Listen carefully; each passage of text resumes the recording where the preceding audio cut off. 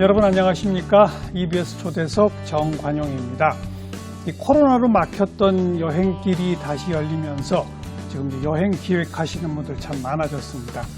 자, 그런데요, 소비적이고 또 관광지를 파괴하는 그런 여행에서 좀 벗어나서 관광지의 주민들과 직접 관계도 맺고 그리고 환경보호도 함께하는 이른바 공정여행에 대한 관심도 높아지고 있답니다.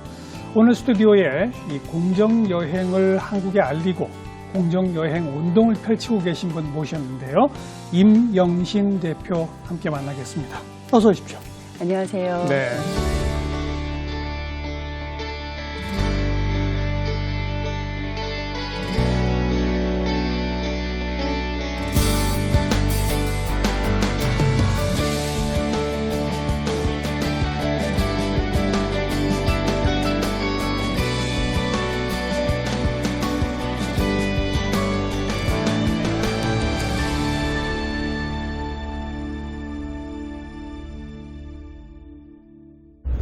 공정무역은 좀 들어봤습니다. 네. 공정여행은 아직 좀 생소하신 분들이 많을 것 같거든요. 그럴 수 있죠. 그래? 뭡니까, 네. 공정여행이? 이게 어쩌면 공정무역도 커피의 여행이잖아요. 예. 커피가 여행하는 방식이 이제 달라지는 걸 통해서 우리가 굳이 기부하지 않아도 한 잔의 커피 안에 농부에게 가는 커피를 더 농부의 몫을 늘리고 또 그 커피 농사를 짓는 동안 환경이 파괴되지 않고 이제 그곳에서의 지속 가능한 삶을 내가 선택하는 한 잔의 커피로 지지하는 것처럼 그렇죠. 여행에서도 페어플레이, 우리가 여행이라는 게 일방적으로 일어나는 일이 아니라 우리 입장에선 출발이지만 여행지 입장에선 누군가가 도착하는 일이잖아요. 예. 근데 우리가 도착하는 곳이 무인도가 아니라 누군가의 마을이고 누군가의 삶의 한가운데고 누군가의 생의 한가운데이기 때문에 우리와 여행에서 만났던 사람들이 우리를 기억할 때 함께 그 여행이 좋았다 기억하는 여행이었으면 하고 생각했고요. 아까 말씀하신 것처럼 무엇보다 우리가 여행으로 머문 동안 환경이 파괴되지 않고 또 그곳의 문화나 그곳의 사람들의 삶이 무너지지 않고 우리 여행으로 인해서 강과 숲이 더 지켜지고 그곳의 삶과 문화가 지켜지는 여행이었으면 좋겠다 해서 시작한 여행자들의 운동이 공정여행입니다. 네. 사람들이 지금까지의 기존 여행을 하면 관광지의 환경을 많이 훼손하나요? 우리가 여행하면 예. 보통 일자리를 가져다 주기도 하고 또 관광지가 막 개발이 되기도 하고 그렇죠. 이런 긍정적인 측면을 중심으로 사회교과서에서도 배우고 유엔에서도 오랫동안 말을 했는데요. 산업적으로도 굉장히 그렇죠. 중요하죠. 좋은 일자리가 많이 생기고 또 GDP도 늘어나고 근데 뭐든지 이면이 있잖아요. 근데 그 관광지가 관광이 개발되는 과정에서 너무 지나치게 상업적으로 개발이 되면 그곳의 환경이 파괴되고 또 여행자는 사실은 여행지에 돈만 남기는 게 아니라 영국의 투어리즘 컨선이라는 NGO가 조사를 한 바에 의하면 예. 여행하는 동안 하루에 한 사람이 3.5kg 정도 쓰레기를 남기고 또 현지인보다 전기를 30배 정도 사용을 하고 전기를 그렇게 많이 써요? 이제 뭐 우리가 아프리카나 아시아나 이런 데를 가면 바깥은 이제 뜨겁지만 우리는 에어컨이 있어야 되는 환경이니까 그리고 또 한 객실당 물을 한 1.5톤, 게다가 워터파크가 있는 리조트 같은 데 가면 3.5톤까지 쓰게 되거든요. 아하하. 그러니까 실제로 강원도 홍천이나 뭐 워터파크가 있는 지역에선 여름에 가뭄 때문에 농사를 짓지 못하는 일도 있고 제주 같은 곳에서는 너무 많은 관광객들이 오면서 바다가 오염돼서 해녀들이 피부병으로 고통받고 예. 지금 시위를 하고 이런 일들도 있죠. 예. 네. 하긴 자기 집에서는 전기도 물도 좀 아껴 쓰지만 여행 가서 호텔 묵으면 안 아끼죠. 네, 뭐 안 쓰던 큰 타올로 우리가 쓰게 되고, 아하. 네, 뭐 물을 좀 더 많이 쓰게 되죠. 근데 예. 여행이니까 우리가 예. 특별히 좀 쉬고 즐기기 위해서 가는 거니까 우리도 모르게 무심히 하는 일인데 이제 그걸 한번 좀 뒤돌아보면서 예. 내가 쓰는 물이 혹시 누군가의 마실 물은 아니었는지, 예. 또 내가 즐기고 있는 수영장의 물이 또 누군가의 농수는 아니었는지 우리가 연결의 감각을 좀 회복하고 내가 무인도가 아니라 누군가의 마을에 도착했다면 우리를 맞이해준 사람들의 삶도 우리의 여행으로 파괴되지 않고 서로 지켜지고 서로를 기쁘게 바라볼 수 있는 이제 그런 여행이었으면 좋겠다. 한마디로 정의하면 전 좋은 손님이었으면 좋겠다. 예. 우리가 우리 집에 왔는데 이제 그런 게 공정여행 아닐까 좀 생각해봅니다. 아까 그 뭐 일자리도 많이 창출하고 경제적 효과도 크다라고 했지만 또 어떤 분석에 의하면 현지 주민들의 경제적 이득은 별로 없다는 얘기도 많잖아요. 네. 주로 외지 자본들이 들어와서 네. 외지인들이 고용되고 네. 경제적 창출된 부는 전부 외지로 가더라. 네. 맞습니까? 제일 이제 쉬운 기사를 하나 검색해보면 저희가 중국에 코로나 이전에 중국 관광객들이 굉장히 많이 오셨잖아요. 예. 근데 제주 중국 관광객 이렇게 검색을 하면 뭐라고 나오냐면 중국인이 와서 쓴 돈 다시 중국 사람 호주머니 속으로 이렇게 나오거든요. 경제학에서는 우리가 누손율이라고 하잖아요. 예, 예. 와서 우리가 돈을 많이 쓰지만 100만 원을 쓰지만 그 돈이 제주도에 뭐 몰디브에 세부에 그 주민들을 위해서 그 지역 사람들을 위해서 그 지역에 남겨지는 게 아니라 이게 호텔 체인을 통해서 비행기 회사를 통해서 다시 다 선진국으로 빠져나가고 맞습니다. 현재는 아까 말씀드린 환경 문제라거나 뭐 또 비정규직 일자리 문제라거나 인신매매를 위한 뭐 그런 인신매매 성산업을 위한 그런 여러 가지 부정적인 효과가 나오는데 그래서 여행을 하지 말자 이럴 수는 없잖아요. 저희가 이미 여행이 우리에게 너무 소중한 일이니까 난 여행을 너무 사랑하고 계속 여행을 했으면 좋겠는데 어떻게 하면 그 여행이 그런 깊은 그늘을 남기지 않고 좀 지속 가능하고 함께 행복할 수 있는 여행일까를 계속 고민해 가면서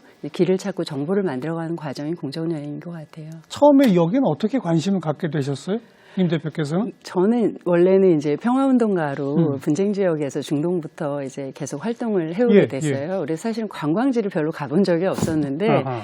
필리핀 민다나오라는 지금 저강도 분쟁 지역이 있어요. 세부까지는 우리가 많이 가는데 세부를 거쳐서 민다나오를 가는 중이었는데 제가 그때 평화여행이어서 평화교육 차원에서 학생들을 대안학교 학생들이랑 같이 세부에서 여러 공동체를 방문하려고 했는데 전부 거절당했어요. 왜요? 그래서 저도 너무 궁금해가지고 왜 한국 대안학교 학생들이 평화를 위해 여행하는데 왜 거절하냐 그랬더니 이유가 딱 한 가지밖에 없었어요. 한국인 단체 관광객은 안 받겠다. 네. 그래서 저희가 그날 학생들 17살 친구들이랑 여행을 멈추고 나가서 한국인 여행자를 만난 경험을 아이들이 인터뷰를 했거든요. 그리고 저녁에 들어와서 이제 PPT를 아이들이 보여주는데 뭐 카지노에 갔더니 거기 일하는 분이 밤새 돈을 잃고 아랫도리를 벗고 술 취해서 돌아다니는 한국 남자를 내가 오늘 아침에 만났다.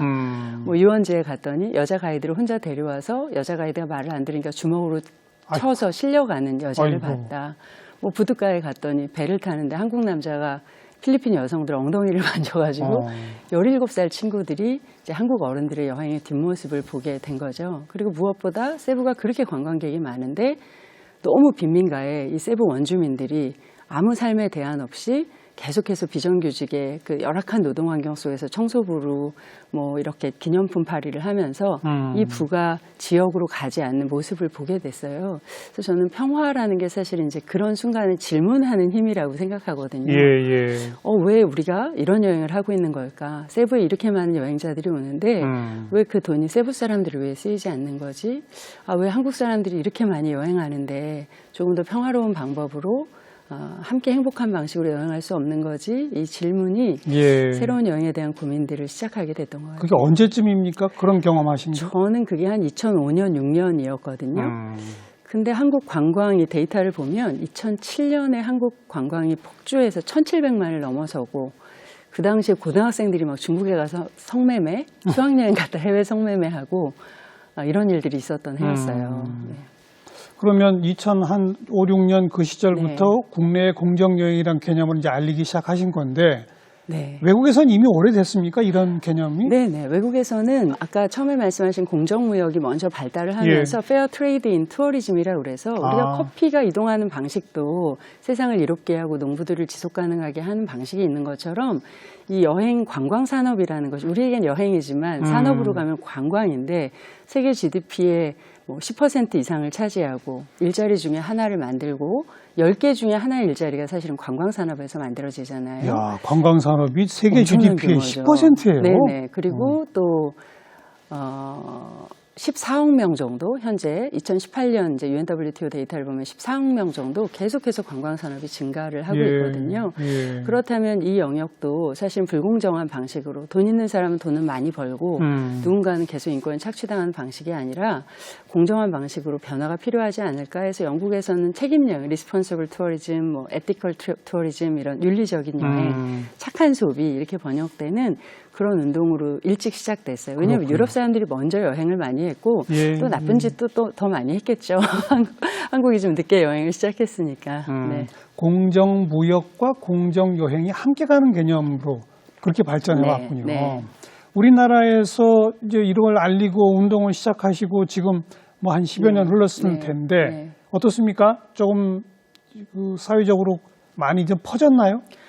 저희가 그 공정여행 관련해서 사실은 이름을 붙인 게 새로운 여행 방법은 없을까? 우리가 좀 다른 방식으로 세상을 좀 좋은 쪽으로 변화하고 부정적인 영향은 줄이고 좋은 영향은 확대하는 방식으로 할 수 없을까 해서 공정한 여행이라는 이름을 붙여본 게 2009년이 처음이었거든요. 예.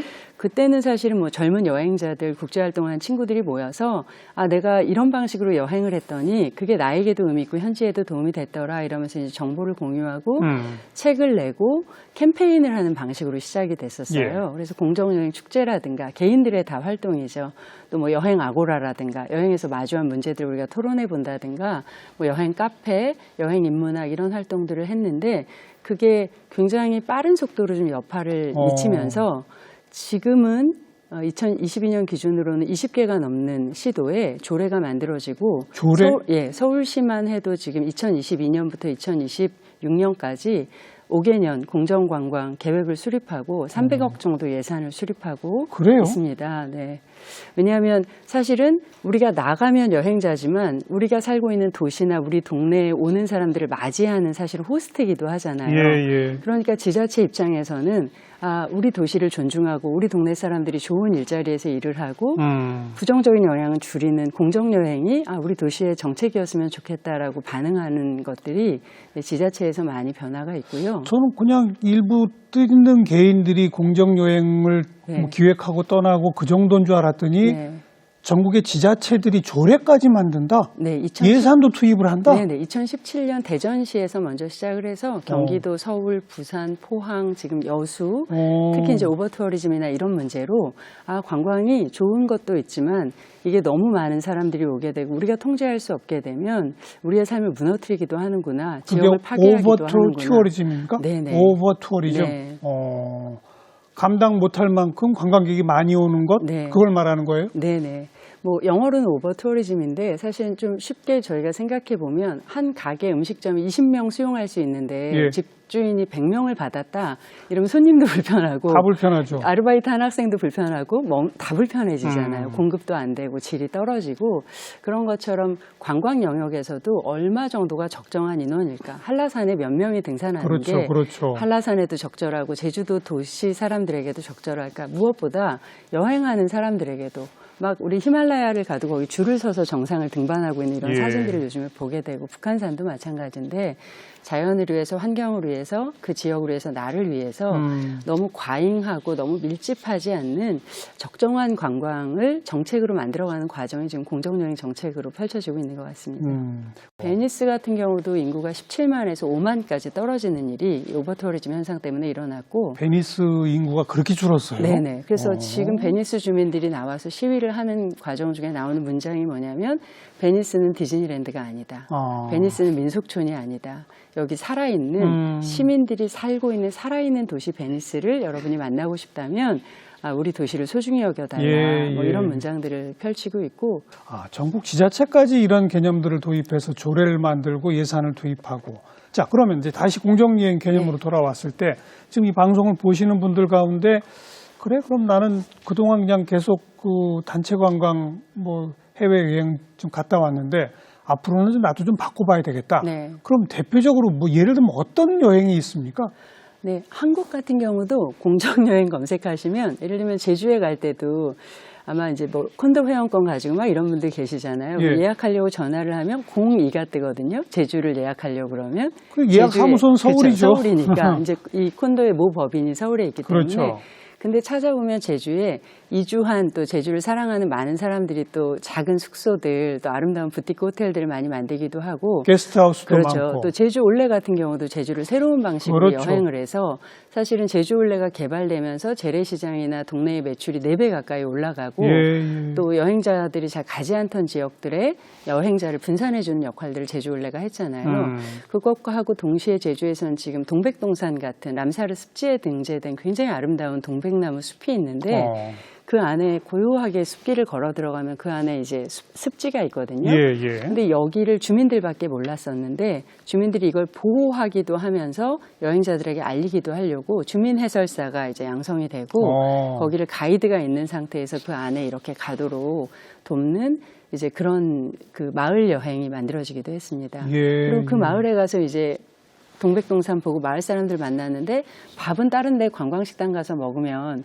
이제 돈이 이 지역에는 도움이 안 되잖아요. 그러니까 주민들이 그 마을 특산물이 도토리인데 그걸 가지고 도토리 칼국수를 만들어서 식당도 열고. 예, 마을에 굉장히 아름다운 식당도 만들고 숲도 지키면서 지역에 이제 소득도 늘리고 일자리도 만들고 예, 예. 제주를 여행 온 사람들에게는 뻔한 제주도가 아니라 새로운 제주도, 굉장히 숨겨져 있던 아름다운 제주도를 만나는 그런 일들도 해나가고 계세요. 마을을 새롭게 개발하고 그러나 그것이 외지 돈이 아니라 자기들이 스스로 네. 주민자치식으로 네. 우리가 쓴 돈이 그 지역 사람들의 알겠습니다. 삶을 더 깊이 뿌리내리게 돕는 거죠. 그런 곳이 제주만 있는 게 아니겠죠? 아니죠. 하동에 가면 그 하동의 섬진강변에서 예. 달마중을 하는 그 굉장히 아름다운 여행도 있고요.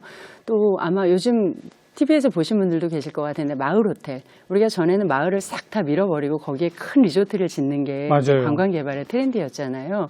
근데 정선의 그 폐광 탄광촌에 그 쓰러져가는 마을에 주민들이랑 같이 이제 마을 활동가들이 힘을 합해서 골목이 엘리베이터가 되고 마을에 이제 객실들이 이렇게 흩어져 있는 거죠. 마을 곳곳에. 조식은 어디서 먹을까요? 그러면 이제 아침 일찍 여는 마을에 왜 일하는 분들을 위한 식당 있잖아요. 그렇죠. 이런 데를 안내해주고 컨시어지는 이제 동네 서점, 작은 서점에서 컨시어지를 해주고 또 쇼핑은 마을에 가서 하도록 그 호텔에 묵으면 이제 마을 지도를 이렇게 주시는 거죠. 마을 호텔. 네네. 그래서 공주 마을 호텔도 저도 매우 너무 묵었던 경험이 좋아서 공주? 네, 공주에도 마을 호텔이 지금 개발돼 있고 정선에도 개발되어 있고 예. 하동에도 지금 마을 호텔을 해나가고 있고요. 뭐 이탈리아부터 교토까지 이제 전 세계적으로 지금 막 부시고 새로 짓는 다 지워버리는 그런 개발이 아니라 그 지역의 특성과 골목과 아름다움을 살리는 그런 마을 호텔이 개발되고 있어서 한번 검색해 보시면 국내에도 예약할 수 많다 있는, 이거죠? 그렇죠. Stand on up and take a bow. There's something there and it's showing. There's no need to look around. You're the best we got going. Shout out to the dreams you'll chase. Shout out to the hearts you'll grow on. It's got